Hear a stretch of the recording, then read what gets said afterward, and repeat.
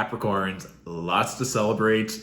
It's kind of like that notion, the stock market, like to the moon, the rocket emoji. I literally just saw you in this, it looked like a rocket or this flying projectile going towards the sky and then just blinking into the stratosphere. So new levels, new opportunity, new expansion. I feel like this is just a connection or an extension of the reading that we did for Taurus season, where it was like 777, winner, winner, winner, of reaching new heights, which is phenomenal. There was also this energy too of, you know, that viral TikTok dance of Lizzo's About Damn Time. It's like this energy of wanting to dance, something to celebrate, not just focusing so much on the work, that we also want to play and dance. And I think there's a bit of that that's wanting to come in and towards your family or your business or your community, wherever that is. Of, I think that maybe want to really redefine yourself or how you want to be seen as maybe not so studious and hardworking, that there's a more playful side for you,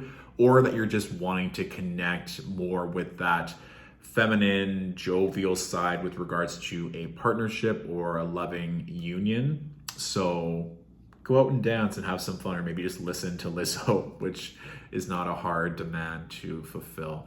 Also, you know those chocolate muffins from Costco, the ones that are like the size of your head? I just felt like that energy of chocolate and this like really like decadent energy in my mouth. I was like, okay, like chocolate or just like something nice in your mouth. It seemed like a vibe.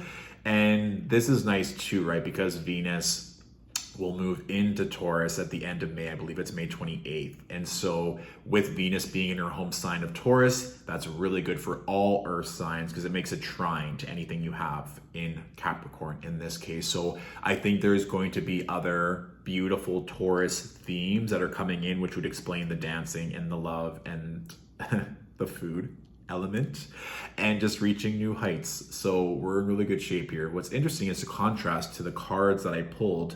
And I mean, we'll do this in a different order today, but the bottom card from the first set of 6 cards that I pulled, we have the Lovers. And so I think some of you are really seeking that, like, you know, that certain aspects of your career or of your life or your health are really check, check, check. First card I pulled, Ace of Pentacles. It's like, yeah, we know the money, we know the success is there. But then I also pulled the Three of Swords and the Hierophant. And so I think that maybe some of you might be let down by certain structures or organizations or limitations or bureaucracies. You're like, ugh, like, or it could even just be people's own values and beliefs you're just not resonating with anymore. And you're like, I would be with you or I'd want to connect with you, but we just don't have the same morals or values. And this has been fun, but I'm no longer able to connect in this way. The Hierophant as well also connects to Taurus energy, which is a fun connection. Like we just said, all those prominent Taurus themes are coming back into play. But I also want you to note that maybe for some of you, like, you need to fire someone. Or you're like, you're not fulfilling your duties and I'm not wanting to invest any more time, energy, and money into you. It actually like hurts me. And it could be an energy of help me help you, or this hurts more me than it does you in terms of letting someone go that just isn't up to your standards or isn't holding the power and the responsibility or is outdated in their thinking or how they're operating, right? So this could be even for some of you in terms of the church or, like I said, certain bureaucracies that are just no longer working. And that by holding on to this energy, it's actually going inward and causing you a little bit of heartache and frustration as well. This could also be prompted by the eclipses and now you seeking more power and confidence and autonomy in the success that you're cultivating, and that certain people in your life are just no longer resonant with that. And that can also, of course, be easier said than done of letting go of these people because you invested a lot of time or a lot of energy, but they're now maybe showing their true colors, or the type of leader or the type of integrity that they're exemplifying is not in alignment anymore. So you're like, I gotta go because I know that my star is on the rise and I've been putting in so much time, energy, and money into myself that if I don't cut this cord now, it's just going to bite me in the behind later. And this could also be very much linked into Mercury retrograde and us really reevaluating our correspondence, our communication, our business deals, right? Mercury also rules over commerce. So just certain things to note, that if there is someone or something that is irritating you or holding you back, that we want to pull these swords out in order to heal that, so they don't just keep going further and further or perpetuating a limiting belief around love or scarcity that we currently have, okay? And for some of you, it might also just be, I feel, marriage, that you're like, I'm done with this marriage, I'm done with this union. And it doesn't have to be marriage in terms to husband and wife or partners per se, but it might just be a marriage or a union in business or in friendship, right? Where it's like, I'm done, boom. And yeah, I think some of you need to fire someone or something. You're just like, goodbye. Next, we have the Seven of Cups, the Five of Cups, and the Page of Wands, right? So I feel like this is just an extension of everything we just talked about, where there's just so many emotions in play. It's like, did I make the right decision? Am I going to make the right decision? What about this? They're probably going to feel bad. This is a really tough emotional decision. And so just be mindful of that as we grow, as we evolve, not everyone's going to come with us. I feel like this is a very common theme that's just coming around for everyone in different ways or forms as I'm doing these Gemini season Tarotscopes, especially as we come off the heels of eclipse season with Mercury retrograde, that we're all kind of recalibrating what we need to feel successful and safe and loved.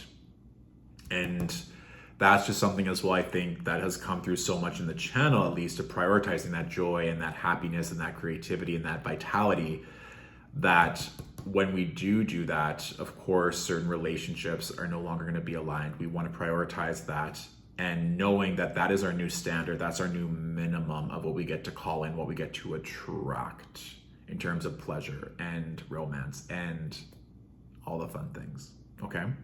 So this is also an energy for me of not perpetuating a negative result before it's even taken place. So like, oh, if I fire this person, it's going to be really emotional, it's going to be really tough, it's going to be really challenging. It might be, or it might be that person on the other end already feels that their time is over with you, and it's not needing to be dramatic and emotional. I don't want you to already put that forth. It can just be an amicable division, separation. What I think will help is once Mars moves into Aries, which is going to be happening very soon, May 24th, I believe. That separation is probably going to be happening quick, right? Mars likes to separate things, and Aries has no time to placate anyone or anything. And then we also have this beautiful Page of Wands energy, where it's like a new spark, a new beginning, a new joy, a new inspiration. I think that's where we can really cultivate these dancing Lizzo chocolate muffin type vibes, okay? I want to pull two more cards around the Page of Wands to see where that spark, where that joy can lead us, so long as we put our own emotional needs first and what that outcome can look like, okay? So one card already flew out. And what's another card, please, for Capricorns? Another card in connection to this joy and this new opportunity or love or romance with the Page of Wands. Okay, perfect. Love when the cards throw themselves out. I'm like, yes, thank you. Yeah! Three of Cups and the Empress. It's like, yeah, this is kind of like Stella got her groove back. There's new parties, new connections. You're literally birthing new pleasure and new friendship and new networking, and something that just feels so inspired and so aligned. So this is a good note to end the reading on, because if there is a fear or a doubt around certain unions, certain relationships, things that don't feel aligned, and you're getting in your head or allowing the fear of all these different options that are playing in your head around what could take place and how that's going to make you feel, knowing that on the other side of that is something brand new waiting to start, that's going to be effervescent and fun and joyful, and allowing you to live a life that you probably always wanted to, with the people that are at your level, and that feels good. We don't have to apologize for who you are, where you feel seen and accepted and celebrated. You're literally birthing that type of energy into your life. And also for some of you as well, maybe you're literally wanting to get pregnant. And so, like I said, with that divorce or separating from someone that no longer has the same beliefs, especially around children or family, you're like, now I'm just open to meet someone who wants all the same things that I do. But yeah, have some fun. Like, that's literally your homework. Dance, eat great food, have all the fun. And if there are people standing in your way and you know that that time is up, don't be afraid to let that go, and don't get in your head about how it is or is not going to work. Trust. Because, I mean, to the moon, rocket emoji, boom, boom, boom. We're just growing and expanding upon everything and all the blessings that we currently have. Okay, Capricorns? Okay. Boom! So that is our general reading for this Gemini season. If this reading hit the nail on the head and you want to say thank you, all tips and donations are greatly appreciated. I'll link our PayPal in the description of this video, and feel free to share and tag a fellow Capricorn that could also benefit from this message. If you want to go into these themes further with a one-on-one reading, I've now updated our availability for the rest of May and June on our website. And please note that after June 18th, our books are going to be closed until Virgo season. So be mindful if you want to grab a spot. It'll be first come, first serve. And I have one more spot now available on our roster for anyone seeking long-term coaching, accountability, mentorship. If that's something that you're curious about and want to learn more, you can leave us a message on the Contact Us tab on our website, and we can relay any information that you need, okay? Thank you, Capricorns, for watching. Have a fabulous, fun, pleasurable Gemini season, and I'll talk to you soon. Bye.